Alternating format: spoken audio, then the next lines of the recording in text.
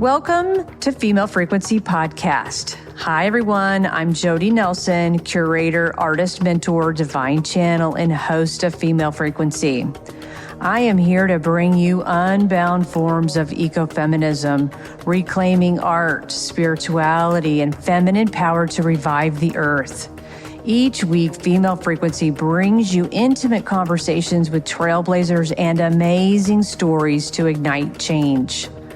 You'll find inspiring alternatives to the patriarchy, discover creative paths, courage, connection, and magic. Hear from the heroes who activate and restore the divine feminine for our earth. Each episode serves as a catalyst, offering wisdom along with practical steps to empower you to make a positive impact on the planet. Whether you're an artist, empath, or eco-warrior, there's a story here to invite awe and help you embody what I call the female frequency.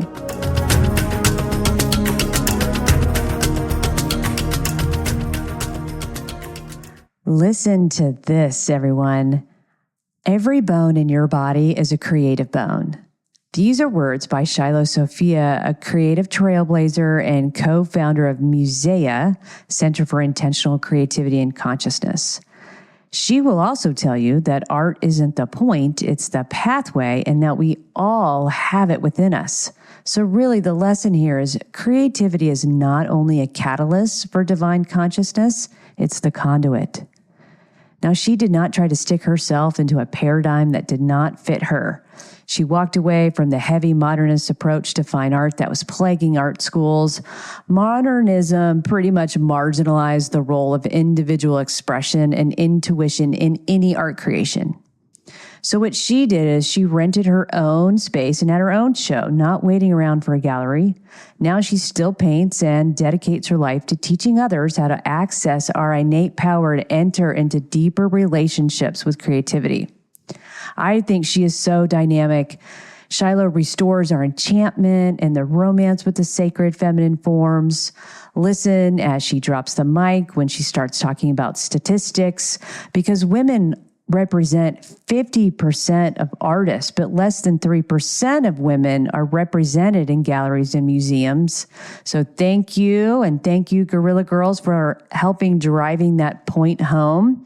And these are statistics that are from a very contemporary time, and we're talking like 2020 to where we are now and fluctuating there. But also, let me tell you some of my favorite things she shares is when she's talking about her love letters to the earth. It is so cool. She uses organic materials and earth pigments, oyster shells, and paper. So enjoy this episode. It's really special. Hello, sister. Thank you so much for joining me today. I just am so excited. I feel like we are two peas in a pod. I'm glad to be here in your little pea pod. Pea pod, yeah. Your pea went towards California and my pea went somewhere else. But, you know, have you been living in California most of your life? All my life, yeah. Oh, okay. All right. I got thrown out there as a military brat, so I've lived all over. Mm-hmm. But I do spend a lot of time in California, the Bay Area. Yeah. And Santa Rosa, I spent a lot of time in my summertime years as a kid out there. Love Northern California. Love being here. Love being here. Yeah. I love being on the planet with ladies like you. Thank you. I just feel like both of us are bridges for the creative spirit, and you do it in such an enormous way that I just wanted to share with everybody your whole Center for Center for Intentional Creativity. Yeah. It is amazing. You have amazing programming. You have workshops and classes and live concert events. Yeah, it's been an amazing journey of, you know, really, if I start from the beginning, from my first art show, it's been about 30 years of saying yes to the spirit of life and then following the path and seeing where it leads me. Where was your first art show? My first art show was in Mendocino County. I was 24 years old. I had worked on the collection for a year. It was pottery, photography, sculpture, paintings, and poetry. So a full multimedia mixed experience. And it was life-changing because that was the first money I had made of the work of my hands. Oh, wow. Yeah. Yeah, your heart and your hands. Way to go. Thank you. So did you show in a gallery? Did you have like an exhibit, or what was I have that an experience exhibit. like? I rented a space at a retreat center called Wellspring in Anderson Valley there. And I set up an exhibit. I had the support of my two moms, who were my two mentors, and we hung the show, which was so exciting. And we had live music and poetry, and I spoke about my activism, and it was mixed media pieces and food. It was just like such a celebration. It is. And I got to tell you, I just feel like it was on your own path. So many artists feel like they have to go directly to a gallery, or they have to go directly towards someone else trying to help them put it together or trying to sell them. And you just went straight for it yourself. I actually did. And sometimes I'm like, wow, was that, I don't think I would have had another choice, but I've literally had galleries and represented hundreds of women artists since 2000. So not only did I go my own way, I also invited other people to come along, because it can be really challenging to break through the traditional gallery world. Absolutely. Absolutely. And I know I fell when I was in art school, I fell towards that thinking of that modernist approach to art, which was and still is like so patriarchal, we know, but it was less about your hand and less about your intention, and everything just had to be so heavy. And so to see your work, and I'm big fans of the Gray family. Yes. Oh man. And so just to see that there is such a different way than what people were learning in their art history classes about modernist approach and postmodern artwork. Yeah, I mean, we really lost a lot of the enchantment when we went to modernism. And not like the art history that we have is a fair representation of women or indigenous or Black people. But there was like this romantic edge sort of to the work before the modernist approach, and something got lost. Something about beauty got lost. And you can say, beauty is in the eye of the beholder, or you can look at, Botticelli's Venus compared to, a black line on a canvas and be like, let's see, which one is enchanting? No offense, Robert Motherwell or Botticelli, but still, it's like, okay, and as time has gone on, we've, of course, exposed so many other women artists, and looking at the work of Frida Kahlo or Hilma af Klint or Yes. or, there's so many, but women represent 50% of artists, and we always have. It's just we don't get the same representation. Less than 3%, a couple years ago, statistic from the National Museum for Women in the Arts was less than 3% of women are represented in galleries and museums, even though we're 50% of the artists. And that number has slightly, at a small, tiny percentage, shifted since 2020, but it's still pretty drastic. Oh, yeah. Oh, thanks for bringing in Frida into today. And yeah, I mean, do you remember the Guerrilla Girls posters and their activism when they were coming out in the 80s? Like, what do we have to do to be in a museum? Right. Exactly. Yeah. Wow. Get naked. Pardon? Get naked. Get naked. The whole exactly. campaign, like, yeah. And not only that, the art of women in the museums is naked, so it's like, okay, well, I just decided not to play in that paradigm, not to participate. And, there's been invitations here and there, but nothing that felt delicious. So I've been on my own path, and I have created a whole world inspired by my approach to creativity. So let's get into it. I mean, you have a whole center where you are teaching with different types of programming and teaching mainly women. You have some men, right? I do. Mm-hmm. So you're teaching creativity from a different, in a different approach with the intention. Yeah. So we just call it intentional creativity, which is a way to point at something that everybody does anyway. It's just a matter of focus. If someone's painting the water in Hawaii and you're just painting it to duplicate it, what color aqua is that? Look at that sand. What color is that? And you're just duplicating nature. That's intentional creativity because you're intending to paint the ocean and get the color right. But we mean something else. We mean that as you are watching that waves come and go, as you're smelling the air, as you're experiencing the sensuality of the sense of place, which is what we call place and story, sense of place. When you're in this sense of place and you're then saying, what does the water want to communicate? What does the sand want to communicate? That looks like blue, but I'm feeling it as like, turquoise with lavender, so like you're giving agency and life to what you're witnessing, but you're not trapping it into the visual that you're beholding. So in a way, you're communing with the subjects and objects that are coming into the work and the energies. And we just call it intentional creativity. So you're conscious of it because that's the next layer. So there's like paint the water, connect with the water, and then observe what happens to you as you paint. What is the message of the water? So it's layers and layers and layers. And it's just a completely different way, not different. It's an awesome way to communicate with creation.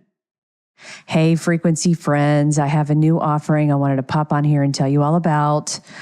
We live in a world where women's voices are muted and their stories are left untold. Well, this workshop is a life mapping workshop tailored to revisit your life events through the feminist lens, or what I call the female frequency. So get ready, y'all. We are going to channel your main character energy and rewild your dreams.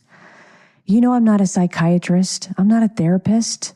I'm a museum curator. I mentor artists, and I'm host of this podcast, which I love. I'm a woman who got tired of the bullshit and knew there had to be a different approach to looking at my situations. This workshop is drawn from an exercise I use for my self-growth. It's something that I also use to guide my clients who are creative entrepreneurs to their next level of success. It has made me a better communicator. It's helped me easily quiet that obnoxiously loud voice telling me no, so that I can listen to the quiet whispers, inspiring me to pursue my dreams with unyielding passion. Now, what I love about this workshop is that we are going to get creative. During the Full Petal Project, I'll be guiding you with female frequency prompts where you will start noticing patterns, which you can then use to dissolve negative conditioning, whether that's from social or from family. This is so you can trust yourself and your inner magic. This workshop is designed to help you guide your path from within. It's for you to understand your truth, to trust your intuition, to claim your confidence, listen to your whispers because your life map is your very own. And I want you to manifest the life of your dreams by paying attention to those quiet whispers of intuition. They will unveil the path for your dreams. Let your life map be a reflection of your deepest desires. Now, we're going to channel your main character energy with my Full Petal Project. So I need you to bring a pen, paper, curiosity, but you got to leave judgment at the door. So if you're struggling to be heard, got a loud inner critic, you have a relationship with control, let's tune into the female frequency, get your map out, and let's rekindle what you're looking for. It is. What a way to experience your environment. Right. Through your body. Yeah. Deep listening. I just love it. I think I need to take one of your classes. Yeah.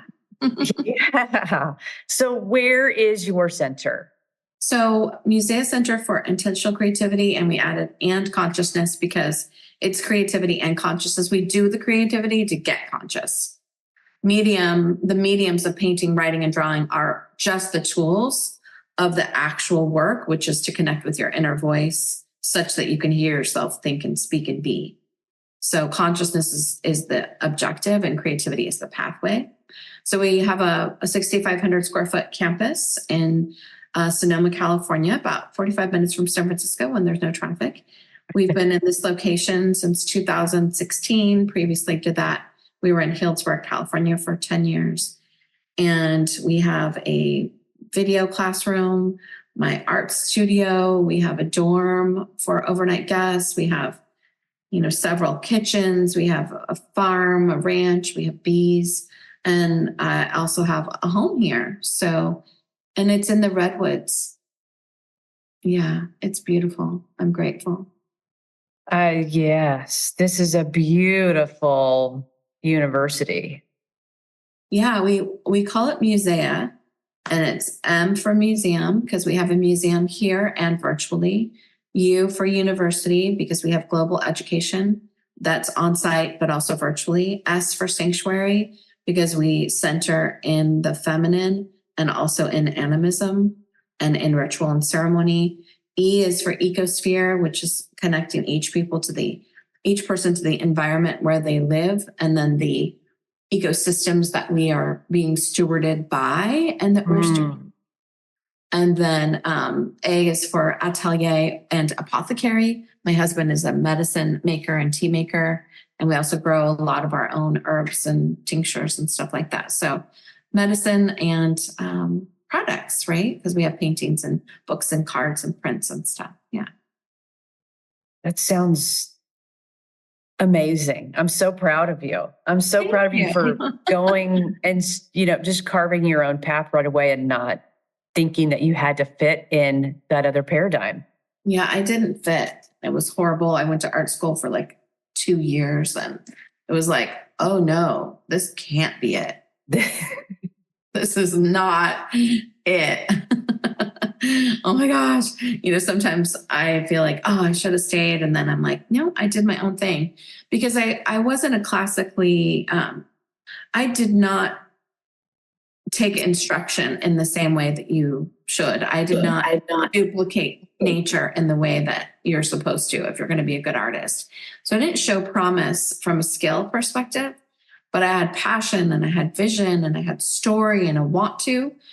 And so eventually I developed what my teacher called affectionately and almost sarcastically a way of working, which means it's not real painting with a capital P. It's like a way that you work when you're not technically proficient in the craft of painting. I'm still not. But once I kind of found my way of working, which I was very much supported to find, which took years actually. Once I found a way of working, I was like, oh my gosh, I have to tell everybody. So, but the first 15 years I sold paintings. I sold $1 million worth of my own paintings and prints by age of 40. So I had incredible success, but I also reinvested all of it back in the company. So it's been, really a thick and thin journey because I didn't take it out. And so that's why I've been in business for 30 years because I didn't do the owner's draw. I just was like, reinvest. What do I need to live and buy canvas and just keep going. So, I did all of that. But then it became clear to me that the women who were coming in and buying my art, what they really wanted, they wanted the image. But I was like, these are people who can afford to spend $3,000 to $10,000 on a painting. And there's so many paintings and so many women. But what people really want is the image of the feminine for themselves. And so I took a huge leap in around 2010 and started teaching other people my approach to painting. And for people who are non-painters, because I was like, well, I'm pretty sure like everybody's an artist and just people don't have skill.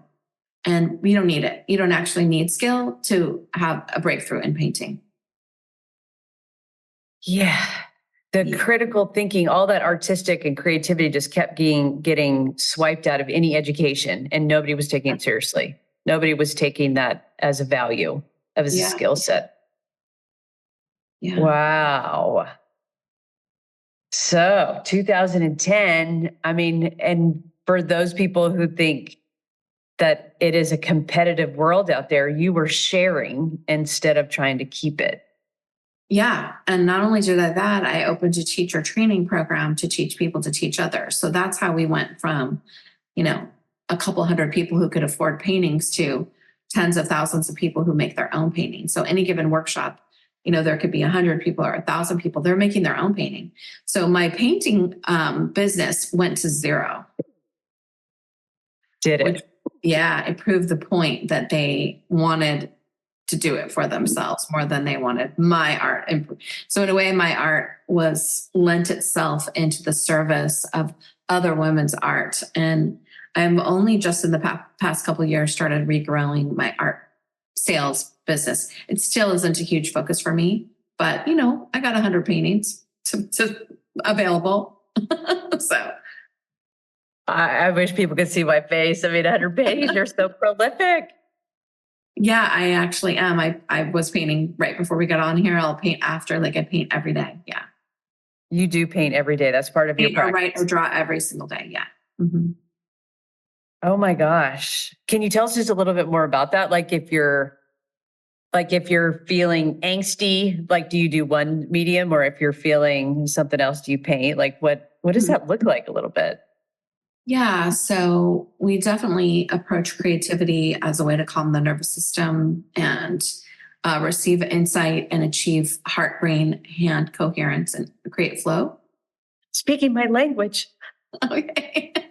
Yeah, so depending on, it almost doesn't matter whether I go to painting or drawing, but if I've got 15 minutes, I'm still going to pick up a brush or a pen. And, you can change your state within a couple minutes. You can't do that if you're trying to achieve skill or if you're trying to get something right. You don't bypass the prefrontal cortex because that part of your brain is being directed to get something right and just uses a different part of the brain. But what we're after is flow and a feeling. We're going for feeling here. We're going for emotional breakthrough. We're going for lifted spirit. We're going for, I feel joy when I felt like shit, we're going for, I have chronic pain, but while I'm using this paintbrush, I don't remember, and we've tested it with so many different things, cycles of deep grief, people with heavy menstrual suffering. We've tried it being in the middle of a dangerous zone, let's take it all the way to the canvas, and just see what we can achieve and how long we can achieve flow state for. Yeah, when I am helping train people who are selling artwork, I'm always saying it's way beyond an object. It is an emotional response. And it's the same thing with the artist when I'm helping artists. It is something that you're emoting. What are you trying to say? Right. What wants to be communicated, so there's what are you trying to say? And then there's what does the painting want to communicate? What's coming through you as the universe expressing itself through you? And when you don't dominate that and you just let it come through, it's neo-shamanic. Yes, when you can be so open to receive that and not judge it. Yeah. Helping artists get out of their way or helping anybody be in that flow of creativity is something. It's I need to do a 1 million person project or 2 million person project to help 1 million people just make something that they didn't judge themselves on. Yeah, which is part of the training that we offer is how to work with that, because that same internalized self-judgment, you can't talk yourself out of that. You actually have to train new neural pathways. Absolutely. Oh my God. What was that 3? At 3 minutes.